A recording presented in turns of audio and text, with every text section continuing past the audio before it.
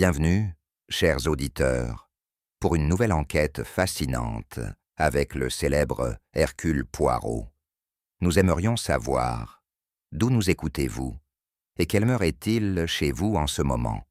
N'hésitez pas à nous le dire en commentaire, c'est toujours un plaisir de vous lire. Alors, installez-vous bien et que le mystère commence. Le soleil brillait avec une clarté dorée, propre à la côte d'azur, et la mer, au-delà de notre balcon, étincelait comme si chaque ondulation avait été saupoudrée de diamants. Hercule Poirot était assis dans un fauteuil en rotin, sous un parapluie rayé, une couverture à carreaux sur les genoux, et un mouchoir en soie douce soigneusement rangé dans la poche poitrine de son costume gris pâle. Nous étions arrivés 2 jours auparavant, suite à l'insistance du docteur Lavigny, suite à l'insistance de Poirot. Deuxième avis, passer au moins 15 jours loin de l'air humide de Londres. Mon vieil ami n'avait souffert que d'un léger frisson, mais naturellement, il avait déclaré qu'il s'agissait d'une grave insulte aux petites cellules grises. « Je ne suis pas malade, Hastings », renifla-t-il ce matin-là, en sirotant son thé à la camomille. « Je me remets tout juste du traumatisme d'avoir toléré trop longtemps la médiocrité à Scotland Yard. Repose-toi, dis-je fermement en lui tendant un journal. Ordre du médecin. Il accepta le journal avec la réticence théâtrale d'un homme acceptant de s'exiler. Pas, je vais me reposer, mais je n'ai pas l'intention de faire pousser de la mousse. Et pourtant, le cadre ne pouvait être plus idyllique pour le farniente.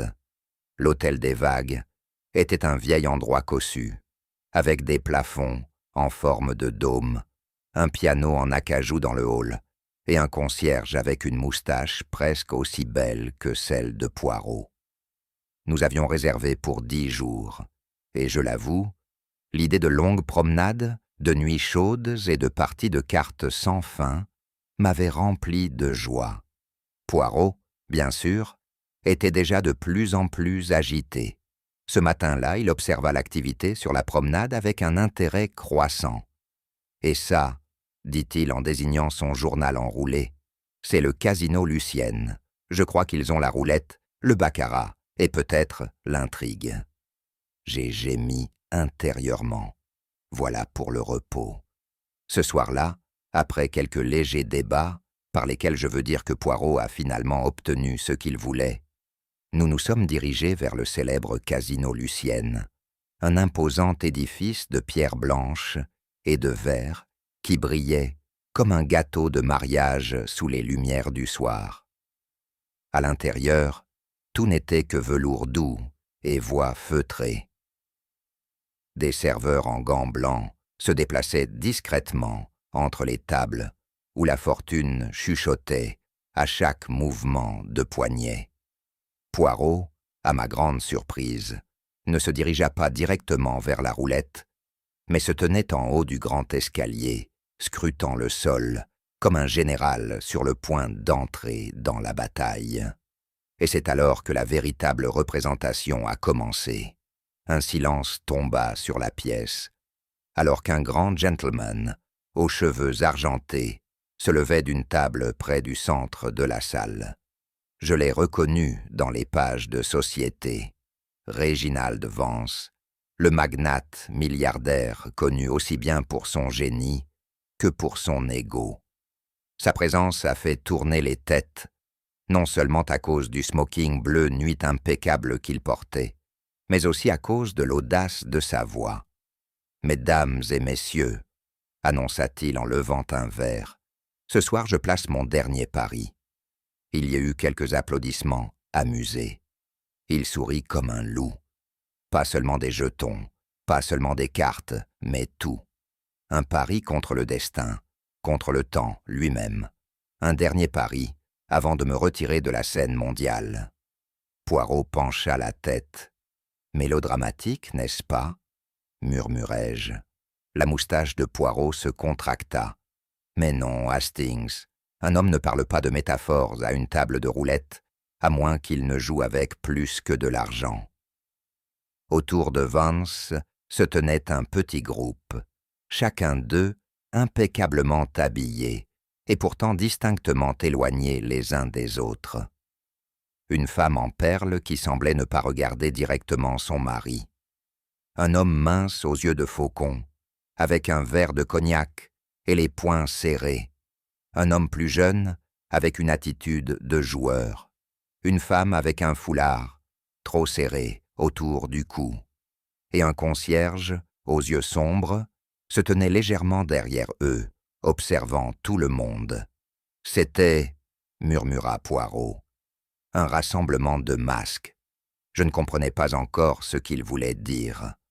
Plus tard dans la soirée, nous avons dîné sur la terrasse attenante, au casino, et, pour mon plus grand plaisir, et pour le plaisir intérieur de Poirot, même s'il prétendait le contraire, Vance et son entourage ont pris la table juste en face de la nôtre.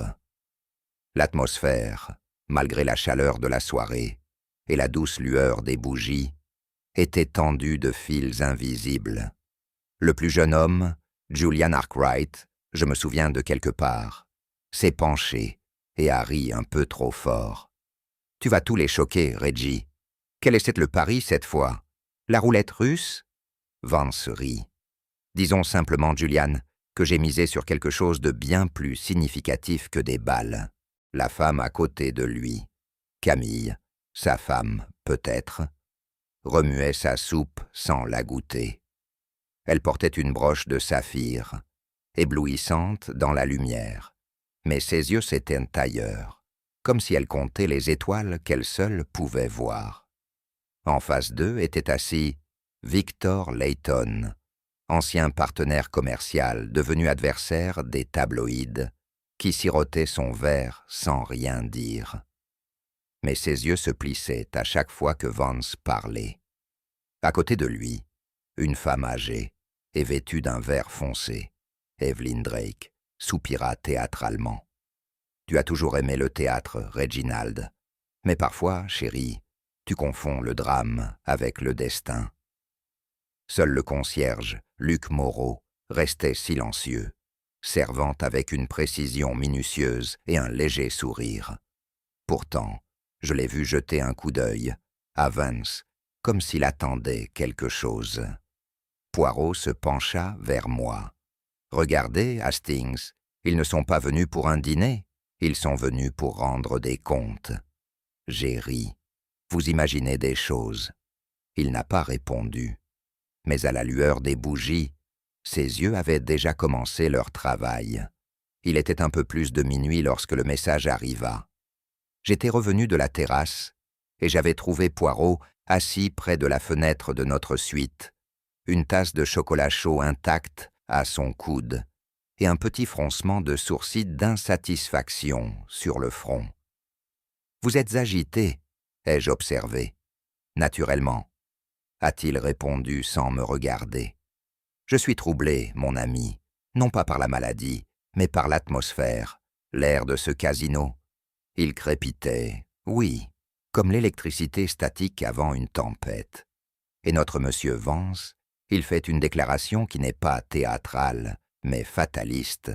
Ce n'était pas le cri du paon, Hastings, c'était le cri de l'homme qui voit la fin.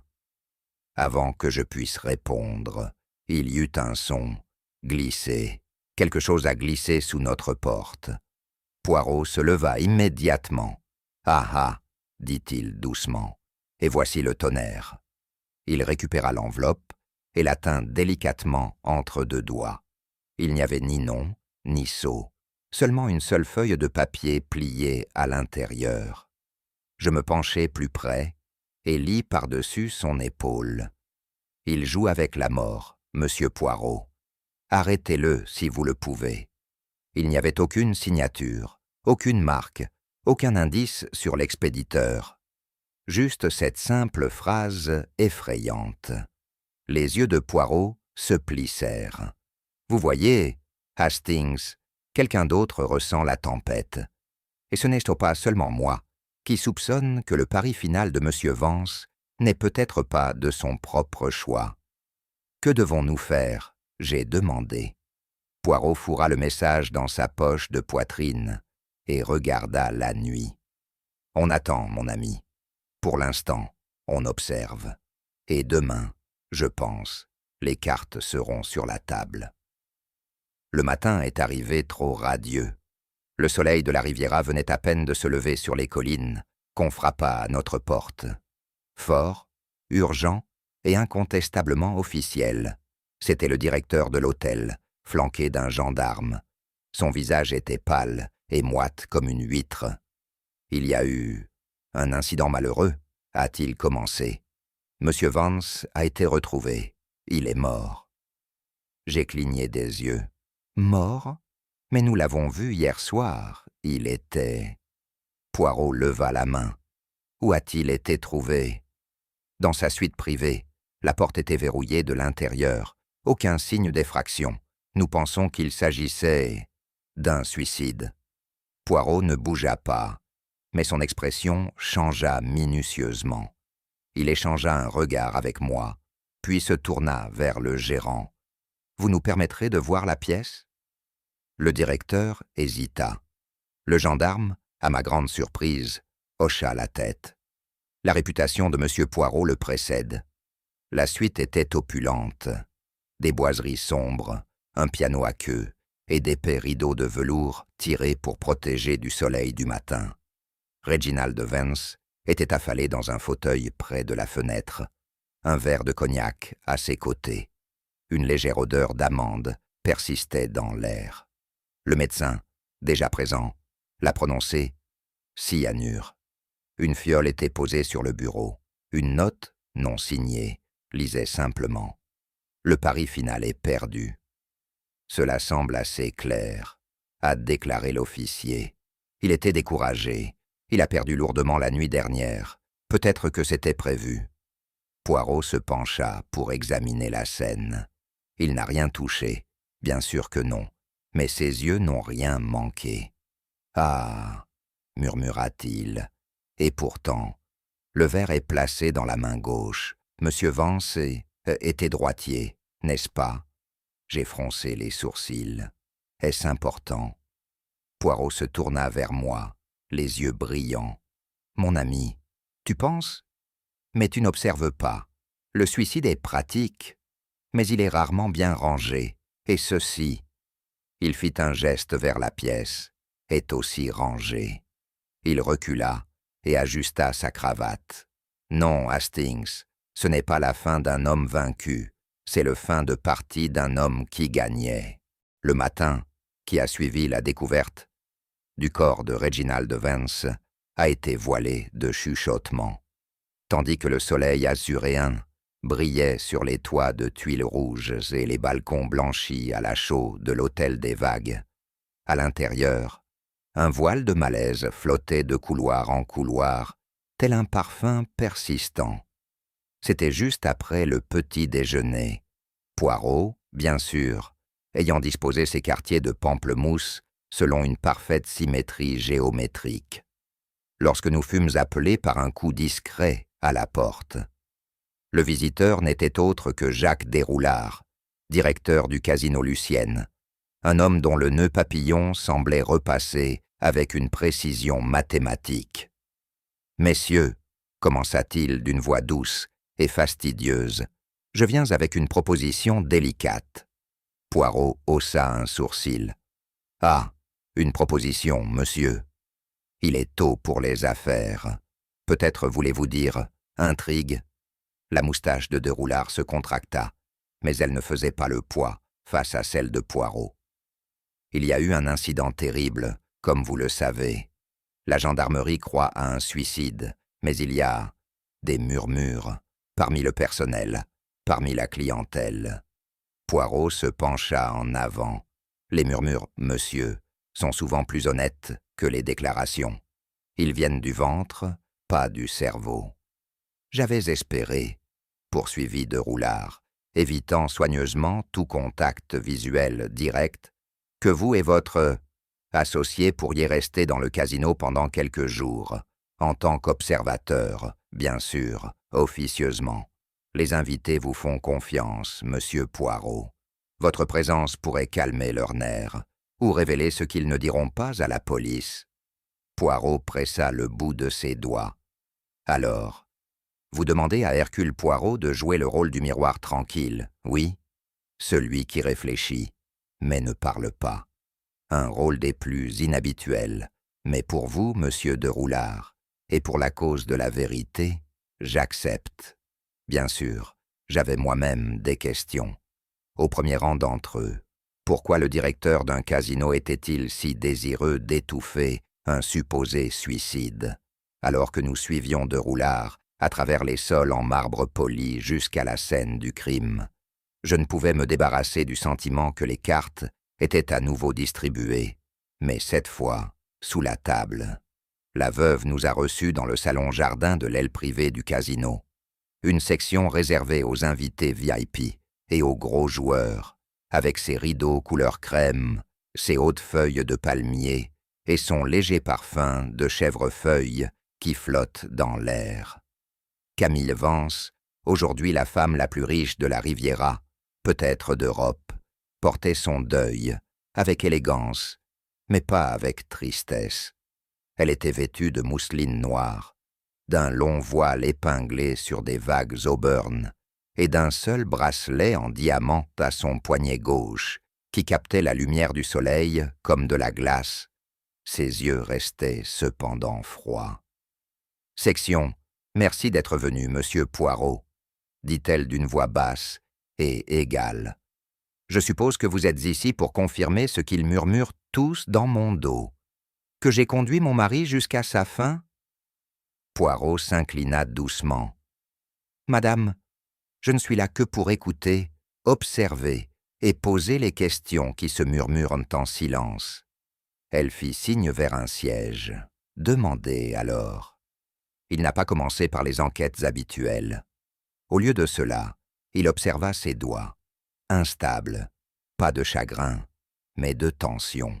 « Vous n'étiez pas à ses côtés hier soir, madame. » Le sourire de Camille était tendu. « Je n'ai pas été aux côtés de Reggie depuis un certain temps.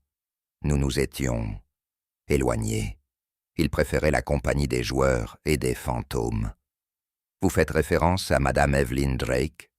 demanda délicatement Poirot. Camille regardait les jardins. Il la considérait comme une prophétesse, comme si la bonne aventure pouvait remplacer la fortune building. « Et pourtant, madame, poursuivit Poirot, votre mari est mort avec un verre à la main. Et l'héritage dans le vôtre, pardonnez-moi, ce n'est pas un crime, simplement efficace. » Ses yeux se plissèrent, mais elle ne dit rien. Je me déplaçai inconfortablement sur ma chaise. « Ça doit être un choc, » proposai-je, espérant adoucir l'atmosphère. « C'est vrai, » dit-elle enfin, « mais pas pour les raisons que tu penses. » Poirot se leva. « Le chagrin, madame, est un acteur aux multiples visages, mais la vérité, il ne porte pas de voile. » En partant, Poirot m'a murmuré. « Elle est trop calme, Hastings, une femme en deuil, qui porte des diamants au poignet, mais aucun dans son cœur. » Si Camille était la rose d'hiver, alors Victor Layton, c'était l'épine qui ne tombait jamais. Nous l'avons trouvé dans la salle du club du casino, en train de boire un cognac avant midi et de regarder dans ses profondeurs comme s'il pouvait offrir l'absolution ou un meilleur souvenir. Il leva les yeux en plissant les yeux lorsque Poirot nous présenta. « Le détective, je me demandais quand tu arriverais. » Poirot sourit chaleureusement. « Et moi, monsieur, je me demandais combien de temps il vous faudrait pour avoir l'air coupable. De quelque chose, sinon du crime. » Layton rit, même si cela manquait de chaleur. « Reggie et moi avons été partenaires pendant 20 ans. Nous avons construit 3 empires ensemble. Il m'a exclu du 4e le mois dernier. Cela ne fait pas de moi un meurtrier. » Poirot s'assit. « Ah, mais tu vois, motif c'est comme la fumée de votre cigare, monsieur. Il monte, se dissipe, mais le parfum persiste. Je n'étais même pas là, » a insisté Layton. « Je suis parti hier après-midi pour Nice. Demandez à n'importe qui. N'importe qui? Demanda doucement Poirot. Ou quelqu'un en particulier? Il y eut une brève hésitation. J'ai parlé à mon assistante par téléphone. Elle peut confirmer. Poirot pencha la tête. Ah, mais vous voyez, Hastings et moi, comment dites-vous, flâner sur la promenade hier soir, et nous vous avons vu. Les doigts de Layton se resserrèrent autour du verre. Peut-être, a-t-il admis. Je suis revenu brièvement. Je voulais parler à Vance. Une dernière tentative pour lui faire entendre raison. Ah, dit Poirot, mais quand on revient en secret, on ne le fait pas pour la raison, on le fait pour se venger. Les yeux de Layton s'éclairèrent. Tu penses que je l'ai empoisonné?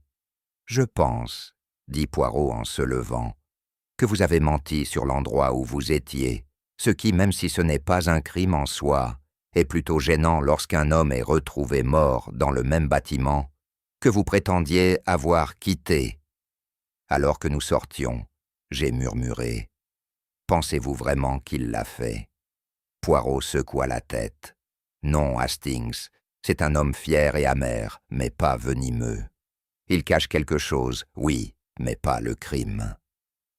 Nous avons trouvé Julian Arkwright précisément là, où l'on pourrait s'attendre à ce qu'un homme comme lui se trouve à 10 heures du matin, affalé dans un fauteuil à dossier en cuir dans la salle de cartes du casino, avec un verre de whisky et une cigarette perchée de manière précaire sur le bord d'un cendrier.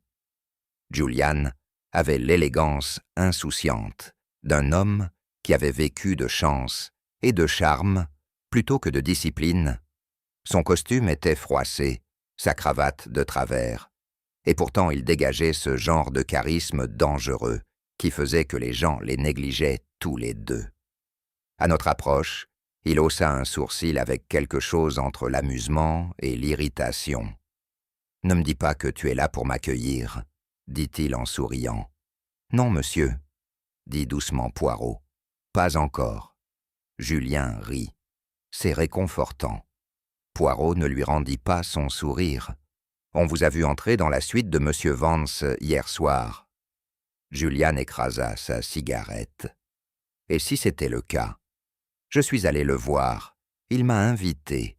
Il m'a dit qu'il avait une proposition. Quelque chose à propos d'un pari sur l'héritage. Cet homme était toujours dramatique. » Poirot pencha la tête. « Et tu es parti quand? » 11h10, répondit Julian. Il était bel et bien vivant quand je suis sorti. Pourtant, ai-je interrompu. Vous êtes ma biste visible sur les images du couloir à 11h45 précises. Julian cligna des yeux. Ce n'est pas possible. La caméra de sécurité doit être fausse. Poirot leva le doigt. Ah, mais vous voyez, monsieur, la caméra de sécurité est précise. Elle n'oublie pas. Ce qui veut dire que quelqu'un, peut-être, a joué avec le temps, ou avec la vérité. Julian se leva et se servit un autre verre. Vous vous trompez d'arbre, je n'ai pas tué Reggie. Poirot se pencha légèrement en avant. Non, monsieur Arkwright, mais peut-être étiez-vous censé donner l'impression que c'était le cas. Il y a une pause. Vous suggérez que quelqu'un m'a piégé? Pas encadré, répondit Poirot. Simplement retardé, comme un magicien distrayant avec la main gauche pendant que la droite commet le tour.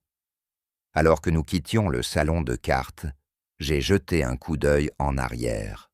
Julian regardait son verre, plus pensif qu'auparavant.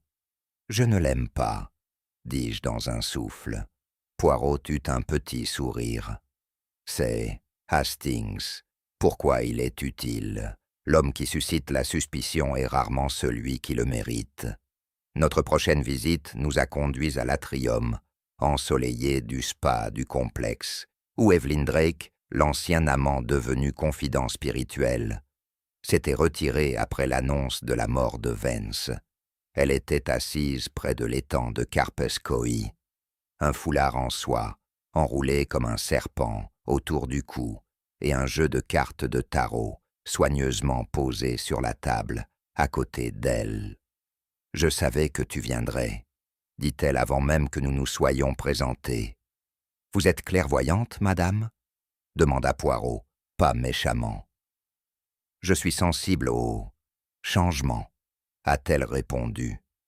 Il y a eu un changement dans l'air la nuit dernière, comme si l'univers fermait une porte. J'ai légèrement roulé des yeux, mais Poirot a pris sa déclaration avec calme. Vous étiez proche de M. Vance? Il a demandé. Evelyne sourit, mélancolique. Une fois, il y a longtemps, avant que l'argent n'éclipse cet homme, il était venu me voir récemment et m'a demandé de lire pour lui. Les yeux de Poirot pétillèrent. Est-ce qu'il a trouvé l'avenir réconfortant? Elle secoua la tête. Il a trouvé cela inévitable. Il a posé des questions sur le chiffre 3. Il a dit qu'il l'avait suivi toute sa vie.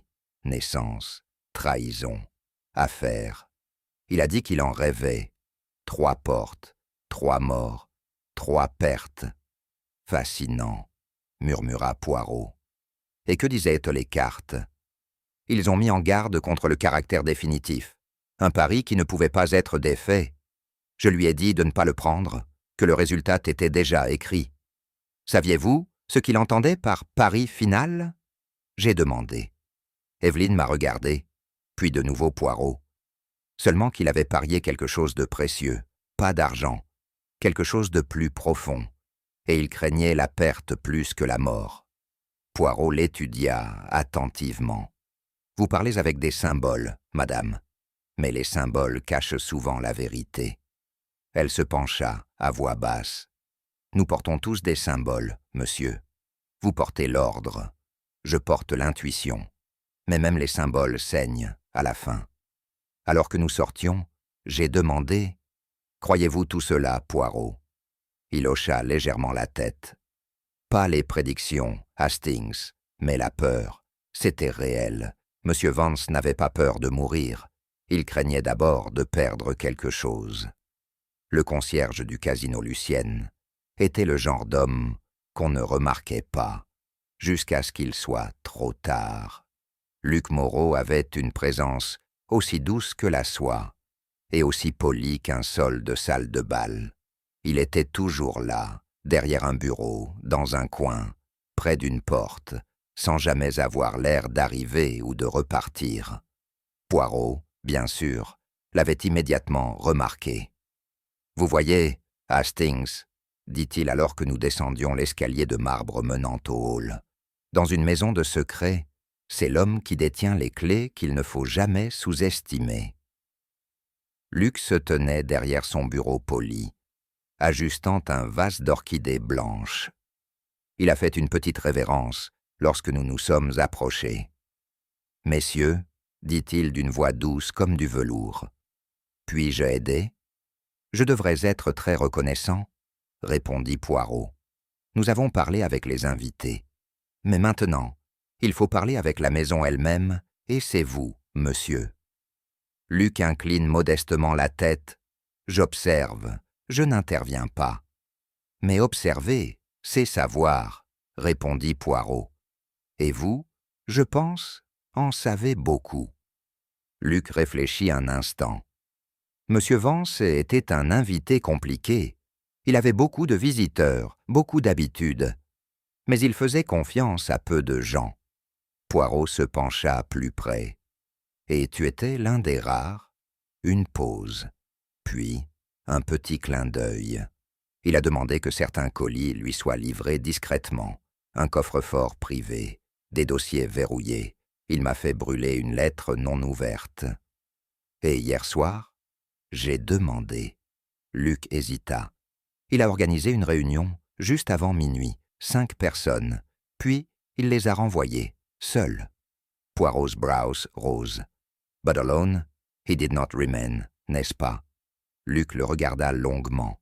Puis, dit-il doucement, « J'ai entendu le carillon d'une horloge, 3 fois. » J'ai froncé les sourcils. Bizarre. Il n'y a pas d'horloge dans sa suite. Les yeux de Poirot se sont aiguisés. Juste comme ça. Luc ne dit rien de plus, mais son immobilité pesait. Alors que nous nous tournions pour partir, Poirot murmura. « Il sait, Hastings, il a vu la vérité. Mais s'il la cache par loyauté ou par culpabilité, nous devons déterminer. Le lendemain matin, nous avons apporté bien plus que de la brise marine et un expresso. Cela a apporté confirmation qu'il manquait quelque chose d'essentiel. Nous étions assis dans la salle de lecture du casino lorsque Jacques Deroulard revint, pâle et visiblement agité. Il portait avec lui un petit dossier marron, vide. « Le registre personnel de M. Vance », dit-il en le tendant comme s'il risquait de mordre. « C'est parti. » Poirot le prit doucement et examina le cuir usé, désormais vide de son contenu. Il était conservé dans le coffre-fort, poursuit Deroulard, à côté d'une enveloppe scellée adressée à un avocat à Genève. L'enveloppe est toujours là, mais le registre a disparu. « Mon Dieu !»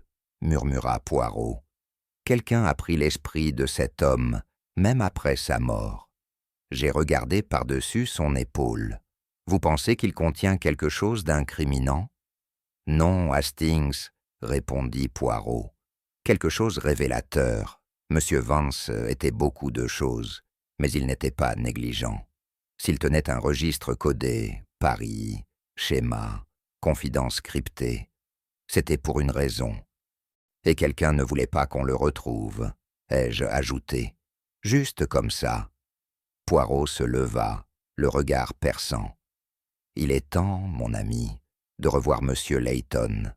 Il y a un nœud dans son alibi, et j'ai l'intention de tirer le fil. » Nous avons retrouvé Layton dans le salon du club, cette fois profondément engagé dans un jeu de patience, même si, au vu du nombre de cartes défaussées, il semblait que la patience était à bout. « De retour, sitôt, » murmura-t-il. Poirot ne perdit pas de temps. « Monsieur Layton, vous avez déclaré hier que vous étiez parti pour Nice en fin d'après-midi. » Layton hocha la tête. « C'est exact. » Poirot s'assit. « Mais votre assistante dit que vous l'avez appelé depuis le téléphone de l'hôtel, et les enregistrements montrent que cet appel a eu lieu à 23h18. » La bouche de Layton se serra. « Et, » poursuivit Poirot, « le voiturier du casino dit que votre voiture n'a jamais quitté la propriété avant minuit, bien après. » Layton soupira. « Très bien. J'ai menti. Je ne voulais pas être entraîné là-dedans. Je suis allé voir Vance, une dernière fois. J'étais en colère. Il me devait. » Poirot hocha lentement la tête. « Et que s'est-il passé lors de cette dernière visite ?» Il m'a congédié, froidement. Il a dit qu'il m'avait radié de son testament. Il m'a dit de placer mes paris ailleurs. Je suis parti. C'est la vérité. » Poirot se leva. « Vous avez été malhonnête, monsieur. C'est troublant, mais pas accablant. Ce qui me préoccupe davantage, c'est ce que Vance voulait dire par son pari final. » Layton parut perplexe. Il a dit que ce n'était pas de l'argent. C'était tout. Il voulait mourir avec le dernier rire. Le front de Poirot se plissa. En effet. Mais quand un homme rit de la mort, c'est rarement parce qu'il a perdu, c'est parce qu'il croit avoir perdu. Gagné. En sortant, j'ai demandé. « Le croyez-vous maintenant ?» Poirot hésita. « Il ment, oui, mais pas à propos du meurtre. Son mensonge visait à protéger la fierté, pas la culpabilité. Mais ce registre manquant, c'est le véritable point d'appui de l'affaire. Et qui l'a pris ?» La voix de Poirot était basse. C'est celui qui craignait le plus son contenu. La brise de la Riviera emportait un parfum de sel et d'agrumes, alors que nous retournions au salon bleu de l'Hôtel des Vagues. C'était une chambre tranquille, à l'écart des grands salons, surplombant la mer. Poirot l'avait réquisitionnée pour ce qu'il appelait son « séance de vérité ». Des séances de vérité, pour ainsi dire. « Pourquoi ici, Poirot ?» ai-je demandé en jetant un coup d'œil aux rideaux immaculés et au tissu d'ameublement bleu pâle. Il ajusta ses poignets. « Parce que, mon ami, la mer est impartiale. Elle observe sans jugement. Elle reflète le visage de la culpabilité aussi facilement que celui de l'innocence. Nous avions aménagé le salon comme un salon, 2 fauteuils en face d'une chaise longue, une cafetière fraîche entre nous et mon cahier prêt. Poirot avait insisté pour que je prenne des notes, non pas, dit-il, parce qu'il oublierait, mais parce que je serais. Notre première visiteuse était déjà en route. Je poserai les questions, me rappela Poirot en levant le doigt. Toi, Hastings, tu dois écouter, mais aussi observer. Vos yeux, ils sont parfois plus rapides que votre cerveau. Je dis, ai-je commencé, légèrement offensé, mais j'ai été interrompu par un coup à la porte. Poirot sourit. Voyons ce que la mère nous apporte. Camille Vance entra dans le salon avec élégance, sa robe noire lui collant comme un secret. Elle avait changé de voile, remarquai-je. Celui-ci plus fin, presque translucide, et portait un nouveau parfum, quelque chose de poudré et de chair qui remplissait la pièce comme de la soie. Poirot se leva et s'inclina. « Madame, merci d'avoir accepté mon invitation. » « Je pensais que j'avais peu de choix, » répondit-elle froidement. « On ne peut pas simplement ignorer Monsieur Poirot, n'est-ce pas ? » « Je préférerais de loin que les gens le fassent, » dit Poirot avec un sourire modeste. « Mais hélas, ils le font rarement. » Elle s'assit avec grâce, croisant les jambes. Le bracelet de diamant restait, scintillant dans la lumière du matin. J'ai senti une odeur autre que le parfum, des cigarettes, peut-être, ou quelque chose de plus chimique. Poirot ouvrit son carnet. « Pardonnez ma franchise, madame. Quand êtes-vous entrée pour la dernière fois dans la suite de votre mari ?» Ses yeux se plissèrent. « La veille de sa mort. Je lui ai apporté du thé, c'est tout. » Poirot hocha la tête. « Et pourtant, le voiturier dit qu'il a apporté du thé ce matin-là. Un mélange spécial, vous l'avez demandé. » Elle hésita un instant. « Oui, je l'ai fait. C'était un geste. Nous étions séparés, mais je m'en souciais toujours. » « Même après le Nouveau Testament ?» demanda doucement Poirot. Son expression vacilla. « Qu'est-ce qui va ?» Poirot croisa les mains. Monsieur Vance avait l'intention de le changer, de laisser une partie de ses biens à une certaine fondation. Un geste peut-être d'expiation. Les lèvres de Camille s'entr'ouvrirent légèrement. « C'est absurde. » Poirot pencha la tête. « Vous ne le saviez pas. »« Non, » dit-elle, peut-être trop rapidement. Poirot se pencha en arrière. « Je comprends. Parfois, la peur de perdre le pouvoir peut engendrer un chagrin, répété à l'avance. » Elle se leva brusquement. « Si vous m'accusez... »« Non, madame, » dit-il en levant la main. « Je n'accuse personne.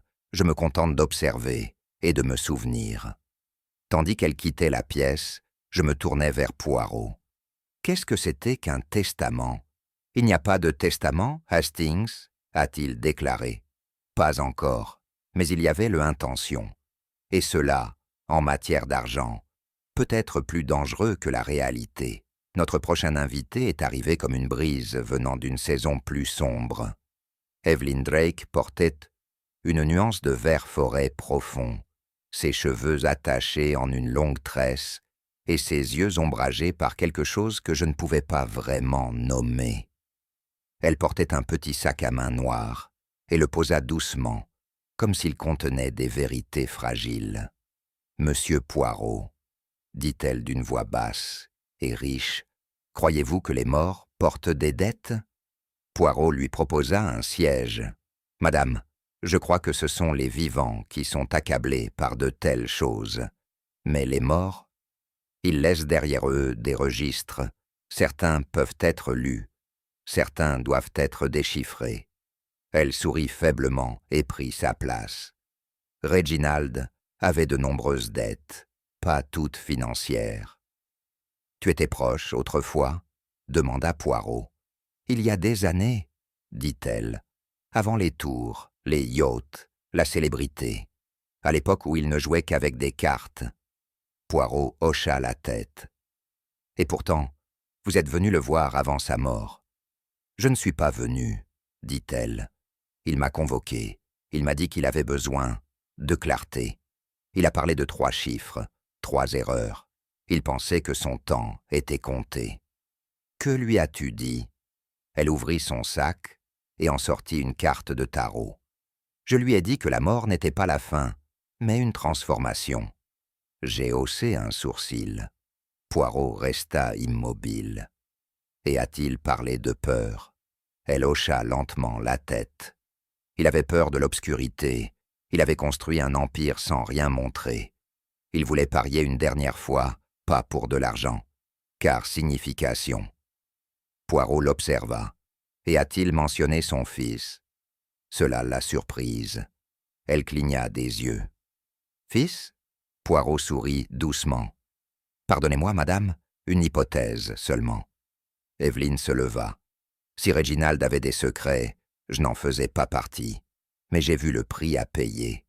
Après son départ, j'ai regardé Poirot. Il a eu un fils? Non, dit Poirot. Mais maintenant, Hastings, je suis certain que quelqu'un pensait qu'il aurait dû. Julian Arkwright entra dans le salon comme un homme qui vient de sortir de la couverture d'un magazine sur papier glacé. Même si je soupçonnais que la couverture serait pliée sous scandale financier hebdomadaire plutôt que vie en société. Son bronzage était trop parfait, ses boutons de manchette trop brillants, et son sourire avait l'éclat d'un homme qui regrettait rarement ce qu'il disait ou faisait. « De retour pour un autre tour, monsieur Poirot ?» dit-il d'une voix traînante, s'effondrant sur la chaise en face de nous, comme s'il s'agissait de son trône personnel. « Vous êtes persistant, je vais vous l'accorder. » Poirot hocha délicatement la tête. La persévérance est la vertu des vrais curieux. Julian se versa un verre dans une petite flasque, ignorant le café intact qui lui était préparé. Alors qu'est-ce qu'on décortique aujourd'hui? Ma vie amoureuse, mes dettes, mon sens de la mode? Je suis intéressé, dit doucement Poirot. Vos chips. Julian cligna des yeux. Mon quoi? Jeton de casino, ai-je précisé, même si j'étais confus. Depuis votre dernière visite. Julien rit. Je joue tous les soirs, capitaine. Il faudra être plus précis. Poirot restait serein. Et pourtant, le registre de la maison indique que vous avez encaissé vos gains il y a 2 soirs. Depuis, vous jouez à crédit. Curieux pour un homme qui préfère toujours jouer avec du poids en poche. Julian se redressa légèrement. Et alors, j'ai donné quelques jetons à Reggie pour plaisanter. Tradition du poker à enjeux élevés, maison à maison. Rien de criminel là-dedans. Non, acquiesça Poirot. À moins, bien sûr, que ces mêmes jetons manquaient dans son coffre-fort privé.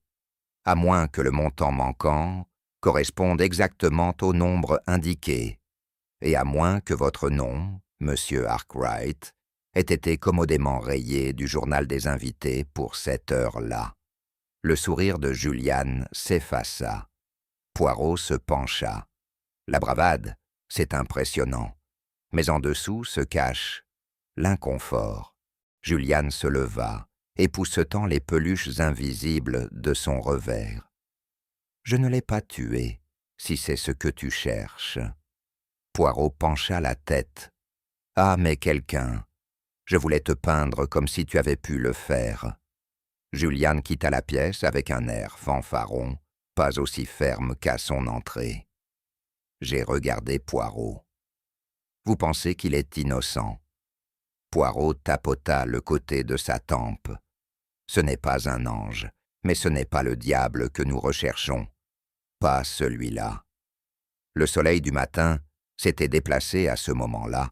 Luc Moreau retourna au salon, convoqué tranquillement par Poirot, avec une note manuscrite qui disait seulement « Le temps, parlons-en ». Luc entra sans drame, mais sa présence avait toujours une étrange gravité. Il bougeait avec le silence de quelqu'un qui avait fait de l'observation un art. Il s'inclina devant Poirot, me fit un signe de tête et prit le siège proposé avec précision. « Vous avez entendu une horloge ?» commença Poirot sans préambule. Le front de Luc se plissa légèrement. « Oui, juste après minuit, 3 carillons. Dans la suite de Monsieur Vance ?» Luc hocha la tête. J'étais à proximité, dans le couloir. Le son était faible, pas mécanique, doux, mais très distinct. Poirot croisa les doigts. « Il n'y a pas d'horloge dans cette suite, Monsieur Moreau. » Luc pencha la tête, indifférent. Ensuite, le son est venu d'ailleurs, mais je jure qu'il est venu de l'intérieur.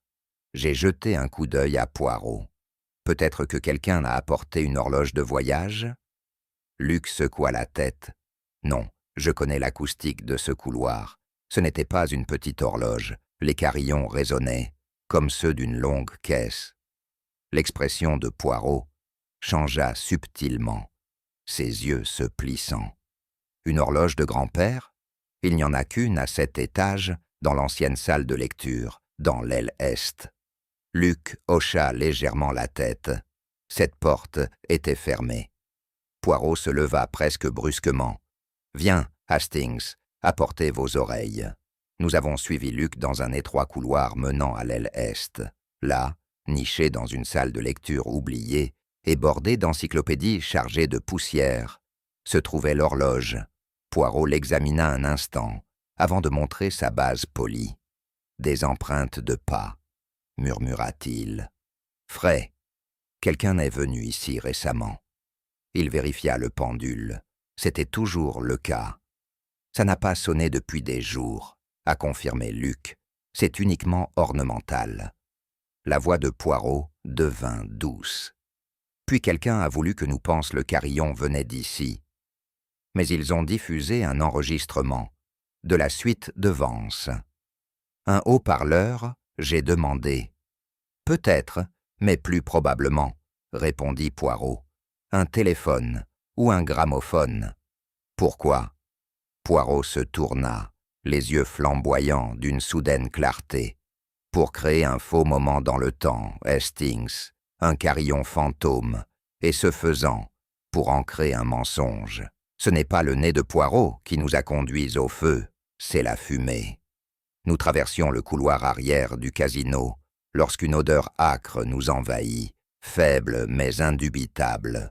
Poirot fit une pause, les narines légèrement dilatées. « Poussière brûlée, » murmura-t-il, « et du papier. » Avant que je puisse réagir, une alarme s'est mise à retentir, d'abord faible, puis perçante. Nous avons suivi la source, accompagnés d'un petit groupe d'invités inquiets et d'agents de sécurité, jusqu'aux annexes d'archives, une aile rarement accessible du complexe qui abritait d'anciens registres, des sauvegardes de surveillance et des journaux de transactions. Un panache de fumée s'échappait de sous la porte. La porte a été ouverte de force par un membre du personnel, révélant le chaos à l'intérieur. Des étagères brûlées, des bobines de ruban adhésif couvertes de cendres et une odeur caractéristique de kérosène. Un extincteur siffla, tandis qu'un jeune préposé à l'entretien luttait contre les dernières flammes. Les dégâts, bien que non complets, étaient chirurgicaux. « Merde !» marmonna le directeur du casino, Desroulards, arrivant essoufflé. « Les sauvegardes !» Poirot surveillait déjà la pièce, les yeux perçants derrière la brume montante. « Où étaient stockés les journaux de surveillance, monsieur ?» Desroulards montra une étagère désormais, réduite à du métal noirci. Là, Poirot hocha la tête. « Comme c'est malheureux. » J'ai regardé autour de moi. C'était sûrement un accident. Poirot émit un bruit sourd. « Non, Hastings, un accident est bâclé. C'était efficace, sélectif. Remarquez, les fichiers à gauche et à droite sont intacts. Mais les journaux entre 11h et minuit. Disparus. L'heure de la mort de Vance. un agent de sécurité est apparu, se frottant la nuque. Les caméras de cet étage sont restées éteintes pendant 10 minutes. Nous avons pensé qu'il s'agissait d'une interférence de maintenance. Maintenant, peut-être pas. Poirot se redressa. Nous sommes en présence de quelqu'un d'intelligent. Pas seulement un tueur, mais un planificateur. Quelqu'un qui ne joue pas avec des cartes, mais avec des modèles. Et maintenant, j'ai demandé.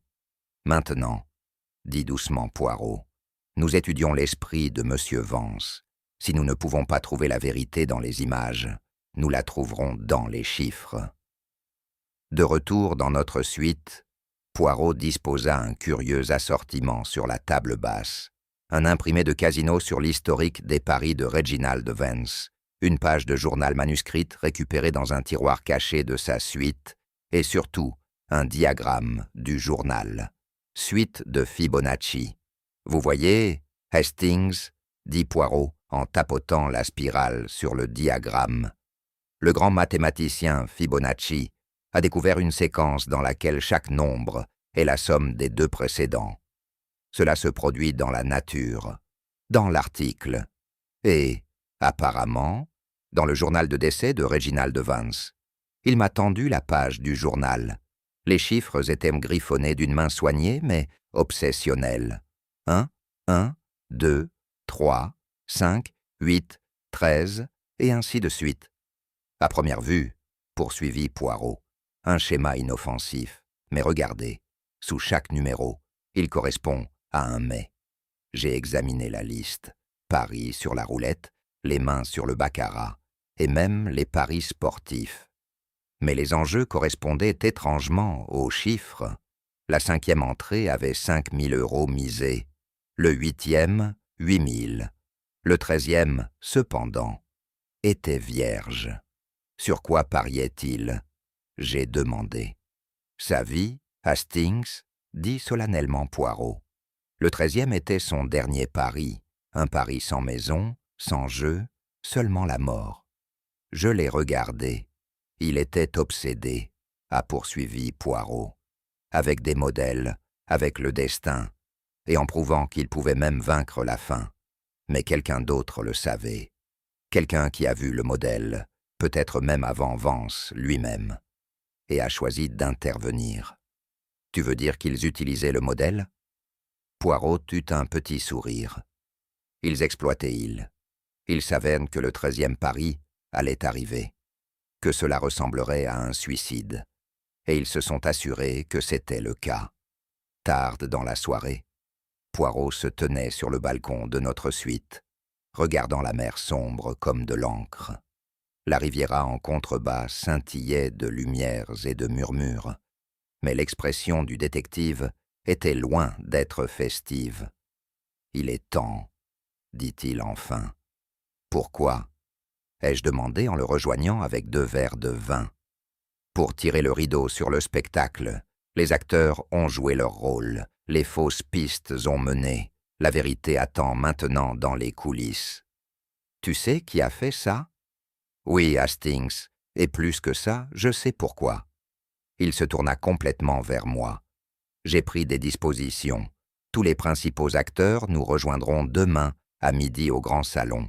Là, je révélerai la vérité. Tu es sûr? Poirot but une gorgée dans son verre.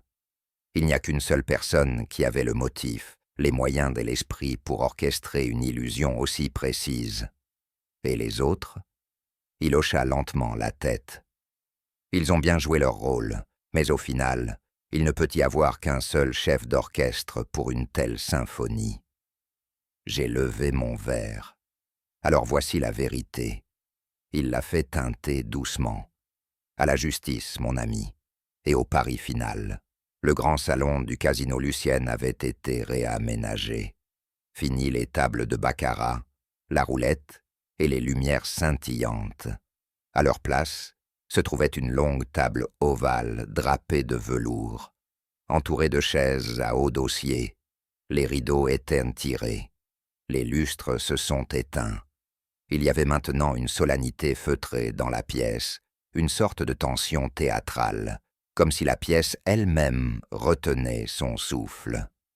Poirot se tenait au bout de la table, un petit podium placé devant lui, ses gants soigneusement pliés sur le bord.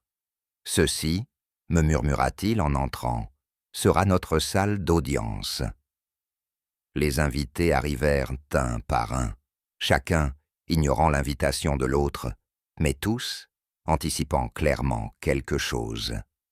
Camille Vance fut le premier à apparaître, vêtu d'un noir de deuil impeccable et d'un collier de perles qui brillait sous le lustre. Son visage était illisible.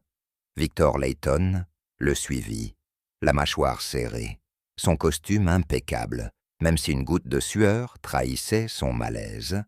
Julian Arkwright est arrivé avec un sourire narquois et un sourcil levé. « Ah !»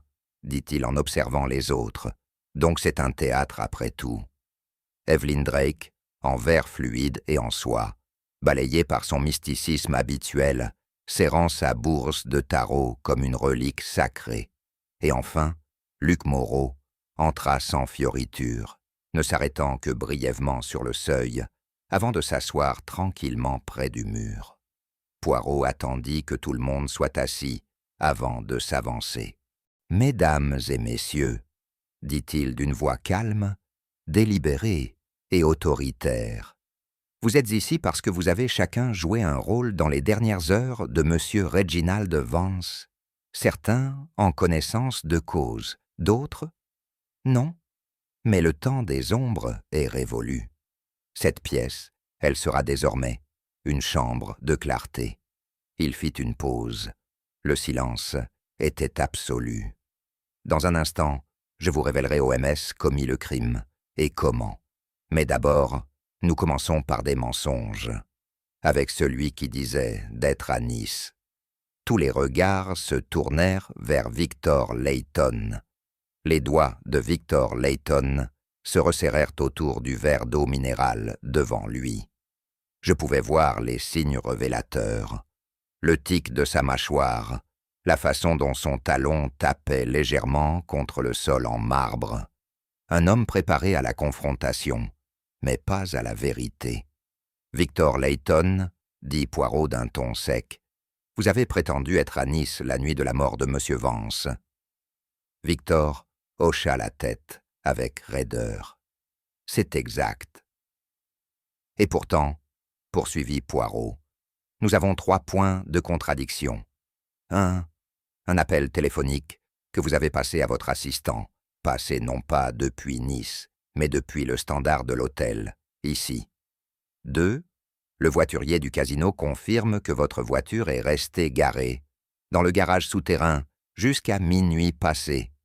Et troisièmement, M. Hastings et moi vous avons vu en personne marcher le long de la promenade. » Le front de Victor se plissa. « Coïncidence, dit-il. Je suis revenu brièvement. J'avais oublié quelque chose. C'est tout. » Poirot s'avança. « Non, monsieur, pas tous. Vous êtes revenu pour affronter Vance. Vous étiez enragé. Vous aviez été exclu de son testament. Votre héritage, vos années de loyauté commerciale, disparu.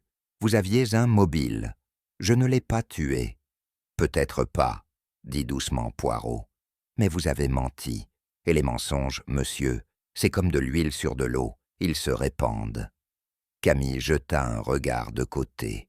Evelyne serra plus fort son sac à main. Continua Poirot. « Vous voyez, mes amis, Victor Layton n'était pas le tueur. Mais c'était une distraction. Son faux alibi a brouillé la chronologie. Cela nous a fait regarder à la mauvaise heure. Et dans cette confusion, un autre je me suis glissé dedans. Et je suis sorti. » Victor ouvrit la bouche pour protester, mais Poirot le fit taire d'un geste. « Je ne vous en veux pas, monsieur. L'orgueil, c'est un maître cruel. Mais votre tromperie, bien que non meurtrière, a permis au meurtrier de dissimuler ses actions dans un brouillard de mauvaise direction. » Poirot se tourna, son regard balayant la pièce comme le faisceau d'un phare. « Et maintenant, nous verrons qui a utilisé cette brume pour commettre l'illusion parfaite. » Poirot détourna son regard de Victor Layton vers l'extrémité opposée de la pièce, où Julian Arkwright s'allongea sur sa chaise avec un air d'indifférence qui était juste un peu trop poli. « Monsieur Arkwright, » dit Poirot en joignant les mains, « votre présence au casino la nuit du meurtre est indéniable. Mais vos déplacements, ils sont très curieux. » Julien haussa un sourcil. « Je te l'ai dit, je suis allé voir Reggie, il m'a invité. »« En effet, » dit Poirot, « et les images de sécurité confirment que vous êtes entré dans sa suite à 23h45. »« Exactement, » dit Julian, en écartant les mains. « Ce qui rend difficile pour moi de l'avoir empoisonné avant cela, n'est-ce pas ?» Quelques-uns dans la pièce échangèrent des regards. Julian se pencha en arrière, triomphant. Le sourire de Poirot était mince. « À moins, bien sûr, toi choisis l'heure à laquelle la caméra croire vous êtes entré. » Julian se raidit, son sourire s'effaçant légèrement. Poirot a poursuivi. « Vous voyez, mes amis, les images ont montré Julian entrant dans la suite, mais quelque chose n'allait pas. L'horodatage était précisément désynchronisé d'1 heure. » Il fouilla dans sa poche et en sortit une élégante montre en or. C'est la montre de M. Arkwright, réglée, comme on le voit, à l'heure d'Europe centrale, pas à l'heure de la Riviera. Des halètements s'agitèrent autour de la table. Poirot hocha la tête. « Vous portiez la montre. Vous êtes entré dans la pièce à 10h45. Mais comme l'horodatage manuel de la caméra reposait sur votre carte d'entrée, qui correspondait à ta montre, l'enregistrement indiquait 11h45. Vous avez créé une illusion. 1 heure fantôme. » Julian essaya de retrouver son calme. « Je ne savais pas que ça... » « Mais toi as fait... »« Je sais, » interrompit Poirot. « Vous saviez que les caméras de la maison synchronisaient l'accès des invités à l'heure locale via votre fuseau horaire déclaré. Vous avez exploité un détail que peu de gens remarqueraient, mais j'ai remarqué. » Il se tourna vers Hastings. « Tu te souviens, mon ami, de l'horloge qui ne doit pas sonner? C'est sa jumelle, un faux carillon du temps. » Julian se leva brusquement. « Vous ne pouvez pas prouver. »« Je n'ai pas besoin de prouver, » répondit calmement Poirot. « Parce que vous n'êtes pas le tueur. Vous êtes l'illusionniste. Vous avez essayé d'encadrer un autre, Victor Layton, en déplaçant votre présence dans le temps. Une astuce intéressante, mais c'est quand même un truc. » Si Julian avait l'air secoué, Camille Vance avait l'air sculpté dans la glace. Ses doigts gantés restaient immobiles sur la table, son visage parfaitement composé. Pourtant, sous la surface, j'ai détecté une tension que je n'avais pas vue auparavant. Poirot se tourna vers elle, sa voix étant désormais plus douce, plus délibérée. « Madame Vance, vous m'avez intrigué depuis le début. Vous pleurez, oui, mais avec retenue. Vous pleurez, mais seulement lorsqu'on vous regarde, et vous portez un bracelet qui, curieusement, ne correspond plus à l'inventaire initial du domaine. » Camille cligna des yeux 1 fois. « Je ne suis pas sûr de ce que tu veux dire. Permettez-moi de vous expliquer, » dit Poirot en attrapant un dossier. « Le bracelet que vous portez maintenant est une réplique. Le vrai, ainsi que plusieurs autres pièces de votre collection héritée, ont été mises en gage 6 jours avant la mort de votre mari chez un bijoutier de Nice. » Il montra une copie du reçu. Camille ne parlait pas. Poirot a poursuivi. « Vous avez affirmé ne pas avoir connaissance des intentions de votre mari de modifier son testament. Pourtant, quelques jours avant sa mort, vous avez liquidé vos actifs, tranquillement, comme si vous vous prépariez à un autre type d'héritage. » Elle s'éclaircit la gorge. « J'avais besoin d'argent. Ce n'est pas un crime. »« Non, madame, ce n'est pas le cas, mais c'est suggestif. »« De quoi ? » ?»« Préméditation, » dit simplement Poirot. Il y eut un murmure dans la pièce. Poirot leva la main. Je ne vous accuse pas de meurtre, madame, mais votre timing est malheureux. Vous avez créé l'impression, peut-être involontairement, de quelqu'un qui connaissait la fin de son mari avant lui. Le masque de Camille s'est légèrement fissuré. Il était instable. Il parlait du destin, des derniers paris. Je pensais qu'il se ferait du mal. « Ah !» s'exclama Poirot. « Mais si vous craignez le suicide, madame, pourquoi ne pas vous adresser aux autorités ou à son médecin ?» Sa voix baissa. « Parce que je ne pensais pas qu'il irait jusqu'au bout. Pas Reggie. » Poirot se tourna vers les autres. « Vous voyez ? Chacun de vous avait son rôle. Certains ont menti par orgueil, d'autres pour le gain, d'autres encore pour protéger l'illusion. Mais le véritable coupable s'est caché parmi vous non pas dans le bruit, mais dans le calme. » Il fit une pause, laissant le silence planer dans l'air. « Et maintenant, dit-il, nous arrivons à celui qui a tout orchestré. » Le grand salon était redevenu silencieux, étrangement. Même le tintement du bracelet de Camille avait cessé. Tous les regards suivirent Poirot, alors qu'il se dirigeait lentement vers le bout de la table, où Luc Moreau, assis avec le calme d'un homme résigné à l'inévitable. « Vous êtes un homme de précision, monsieur Moreau, » dit doucement Poirot. « Toujours présent, jamais intrusif, un concierge parfait, la main invisible qui fait tourner les rouages derrière le rideau. » Luc n'a pas répondu, continua Poirot, d'un ton doux mais perçant. « Vous aviez accès, vous aviez l'opportunité, mais plus que cela, vous aviez la seule chose que personne d'autre dans cette pièce ne possédait, la clé principale. » Il y eut une inspiration collective. Poirot brandit une petite clé en laiton qui brillait sous le lustre. Récupérée non pas sur votre gilet, monsieur, mais sur la doublure d'un tablier de nettoyage. Cachée, mais pas assez bien, la clé de chaque suite privée de l'aile du casino. Les yeux de Luc se dirigèrent d'allure d'une fois vers la clé, puis s'éloignèrent. « Et la nuit de la mort de monsieur Vance, poursuivit Poirot, vous l'avez utilisée. » Il commença à marcher lentement. Rappelons-nous la scène. Réginald Vance était seul dans sa chambre. Il avait renvoyé ses invités. Il se préparait à ce qu'il croyait être son pari final. Un geste théâtral. Mais vous, monsieur Moreau, saviez mieux. Poirot montra la carafe sur le plateau de service. Vous n'êtes pas entré de force. Vous avez utilisé le passe-partout.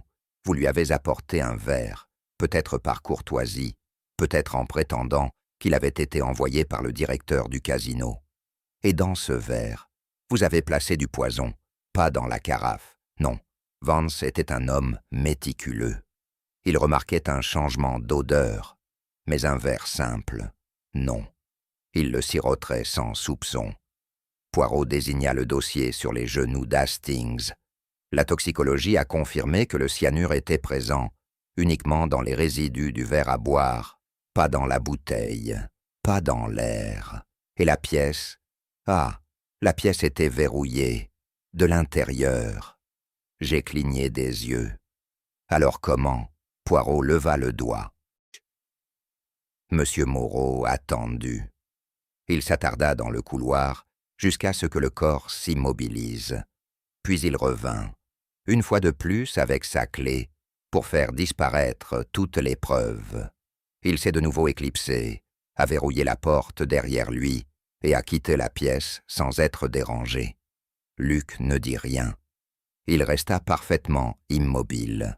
« Mais un détail vous a trahi, monsieur, » dit Poirot. « L'odeur. » Poirot se tourna vers les autres.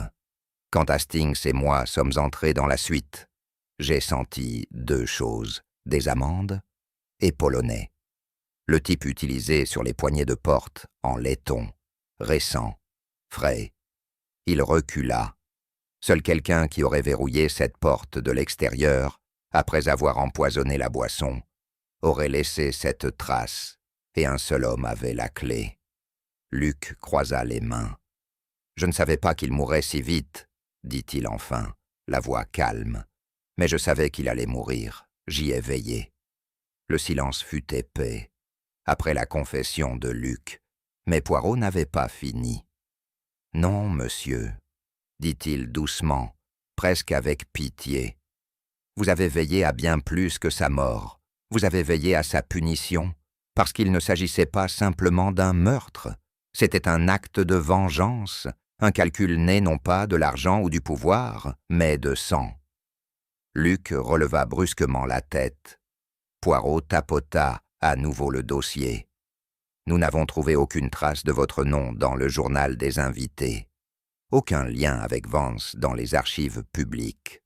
Mais caché dans sa correspondance personnelle, jamais envoyée, mais jamais détruite, se trouvait une lettre adressée à un garçon nommé Lucien, une lettre pleine de remords et de lâcheté. Il s'approcha. Cela date d'il y a 27 ans. Une lettre d'un jeune entrepreneur, Reginald Vance, à une femme de Lyon, une ancienne femme de chambre, une femme licenciée sans ménagement lorsqu'elle est tombée enceinte. Le visage de Luc était devenu pâle. « Tu es son fils ?» dit Poirot. « Illégitime, caché, oublié. » Camille haleta. Juliane jura dans sa barbe. Evelyne ferma simplement les yeux, comme si quelque chose avait été confirmé.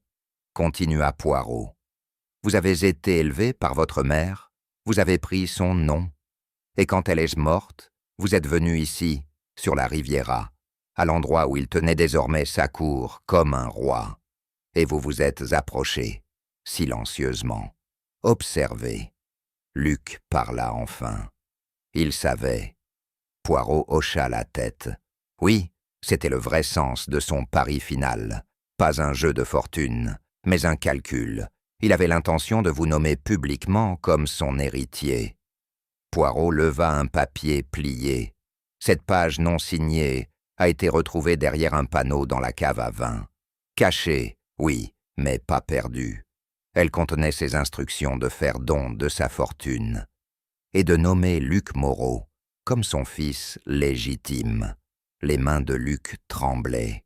Il voulait gagner à titre posthume, dit doucement Poirot, réparer un tort avec grandeur, mais pour vous, c'était trop peu, trop tard. Luc se leva lentement. Il a construit des empires pendant que nous mangions. Il a envoyé rien, pas même une lettre, et puis il pense à un grâce posthume. Est-ce suffisant? Poirot baissa la tête. Non, ce n'est pas suffisant. Pas pour un garçon abandonné, pas pour un homme fait pour regarder depuis l'ombre, mais quand même, monsieur, vous n'aviez pas le droit de décider comment l'histoire se terminerait. La voix de Luc était creuse. Alors qui avait le droit? Poirot regarda autour de la table. Peut-être personne, c'est peut-être là la tragédie. Et à ce moment-là, même Hastings ne dit rien. La pièce était immobile, le genre de silence qui vient après le tonnerre. Luc avait repris sa place, les mains jointes. Camille détourna le regard. Evelyne était assise, les yeux fermés, les doigts posés sur ses cartes de tarot, comme si eux aussi étaient en deuil. Juliane tapota du doigt l'accoudoir, plus par inconfort que par défi. Et puis Poirot, avec la précision d'un maître interprète livrant son dernier acte, fouilla dans le dossier en cuir devant lui et en sortit un petit livre non marqué, usé, taché par l'eau et relié, en cuir bleu marine, délavé. « Le registre manquant », annonça-t-il. Des halètements résonnèrent. « Oui », dit Poirot avec un calme dramatique. « Il n'a pas été détruit dans l'incendie, même si c'était l'intention. Il a simplement été déplacé. » Il tourna le livre entre ses mains. Je l'ai trouvé caché derrière un faux panneau dans la cave à vin, coincé entre deux caisses de Bourgogne et un cognac 1939 que M. Vance n'a jamais touché. Il l'avait caché non pas au monde, mais à lui-même, parce que ce qui est contenu dans ces pages ne sont pas que des chiffres, c'est confessions. Il ouvrit le registre et se tourna vers la dernière page, la montrant à la vue de tous. Il n'est pas signé. Et pourtant, il s'agit sans équivoque de sa main. On y lit. Le pari final n'est pas avec les tables ou les cartes, c'est avec héritage. Je laisse ce que j'ai construit, non pas à ceux qui se tenaient à mes côtés lorsque j'ai triomphé, mais à celui qui vivait dans mon ombre, parce que je l'ai jeté là. Qu'on le sache, Lucien Moreau est mon fils, mon héritier et ma rédemption. Un silence stupéfait s'installa dans la pièce. Poirot a clôturé le grand livre avec un coup doux, mais délibéré instantané. Si cette page avait été livrée, si Luc avait connu son contenu, peut-être que l'acte final aurait été différent. Mais hélas, M. Vance a attendu trop longtemps. La rédemption, comme la justice, doit être opportune. Il se tourna vers Hastings et, pour la première fois de la journée, sourit doucement, avec une trace de mélancolie. Et ainsi, mon ami, l'affaire est close. Un homme est mort en cherchant l'absolution. Un fils tué en cherchant la reconnaissance. Et la vérité, comme toujours, se trouvait là où on la cherchait le moins, entre la poussière et le vin, là où fermente la mémoire. J'ai laissé échapper un souffle que je n'avais pas réalisé que je retenais. Poirot, dis-je doucement, tu rends vraiment l'ordinaire extraordinaire. Mais oui, Hastings, répondit-il, ce sont les petites cellules grises. Même dans une cave à vin, elles ne se reposent pas. Luc Moreau s'est levé sans hésiter.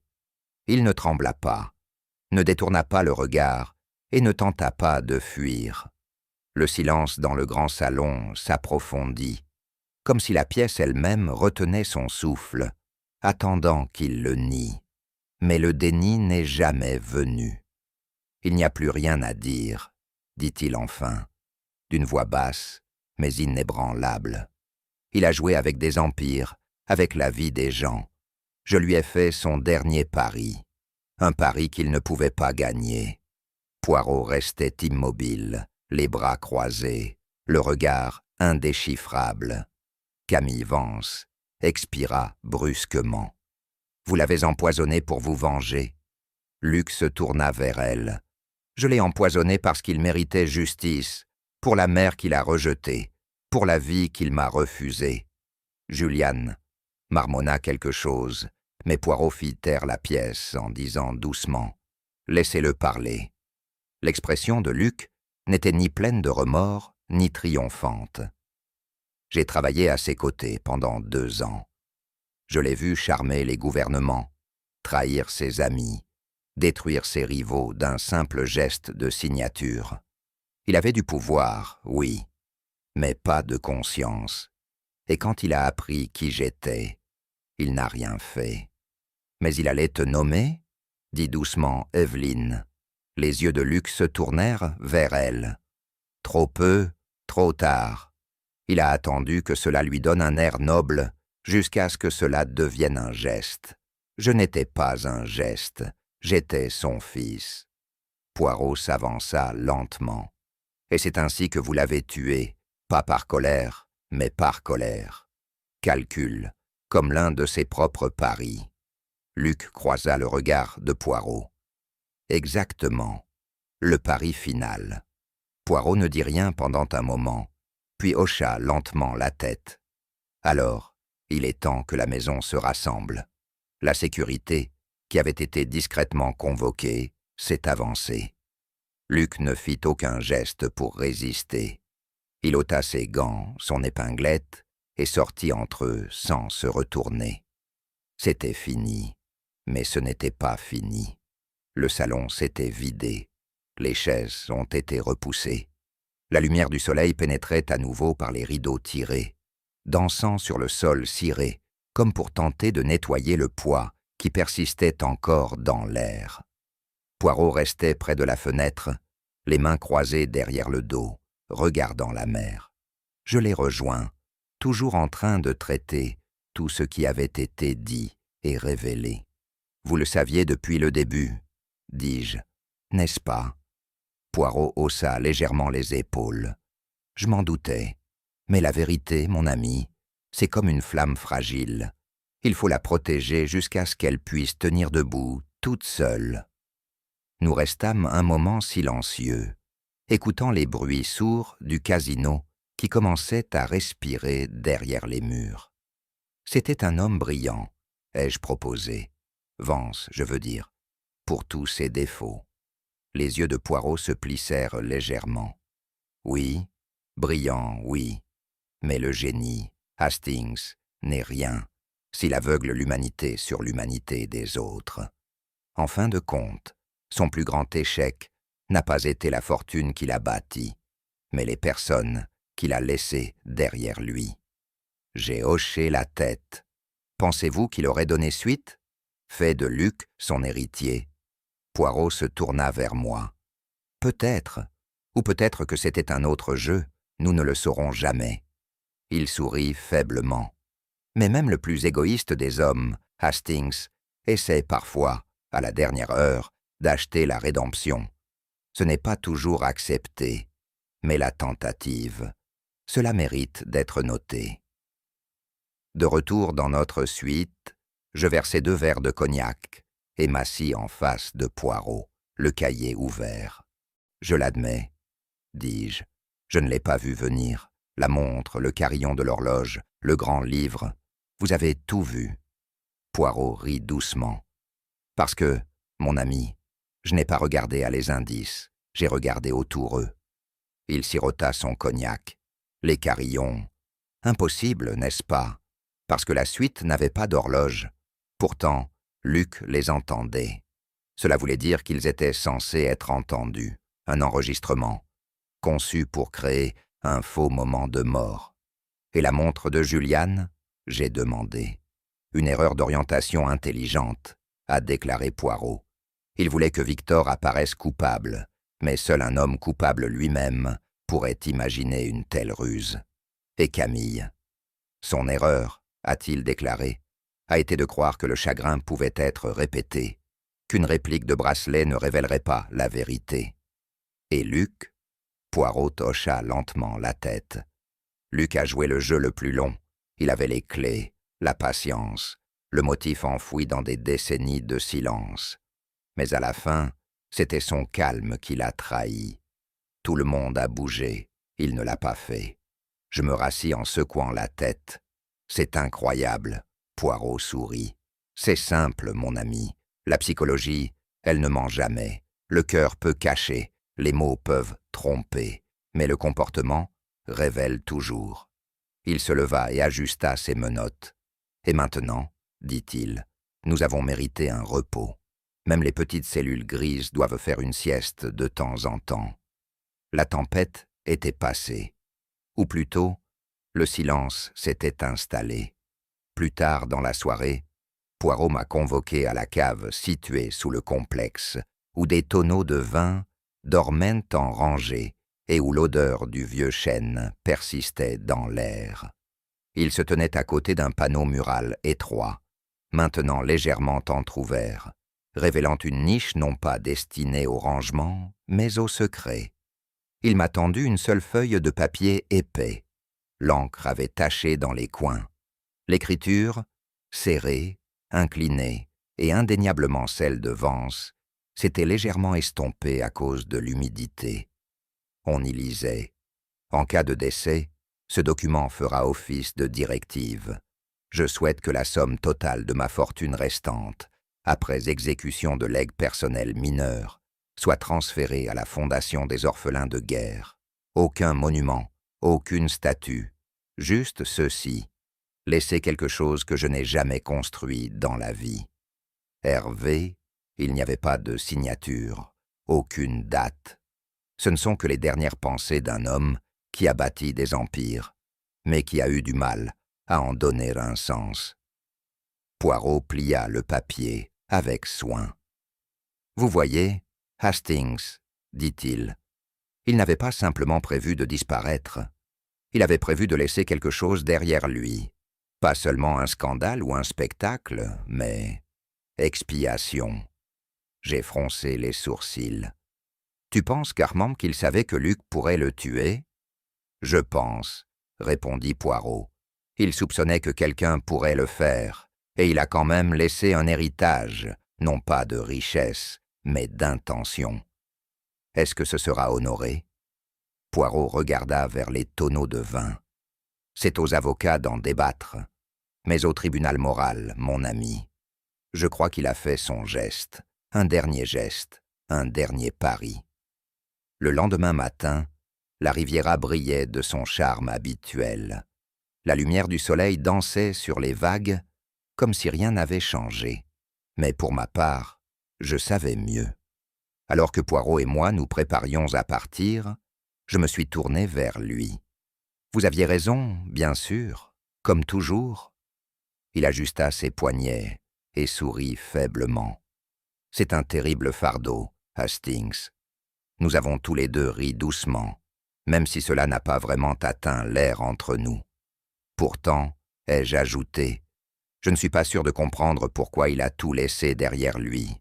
L'argent, le pouvoir, la réputation. Poirot regarda vers la mer. « Parce que, mon ami, dit-il doucement, il arrive un moment, même pour les hommes les plus calculateurs, où l'on réalise que le plus grand pari n'est pas ce que l'on peut gagner, mais ce que l'on choisit de donner. Je n'ai rien dit. » Poirot se tourna vers moi, ses yeux brillants d'un feu silencieux. « Et parfois, Hastings, la justice n'est pas une question de punition. C'est une question de clarté. Il s'agit de lever le voile, et quand cela est fait, tout est fini. » Avec un dernier signe de tête, il monta dans la voiture qui l'attendait. Ainsi se termina la curieuse affaire du dernier pari du milliardaire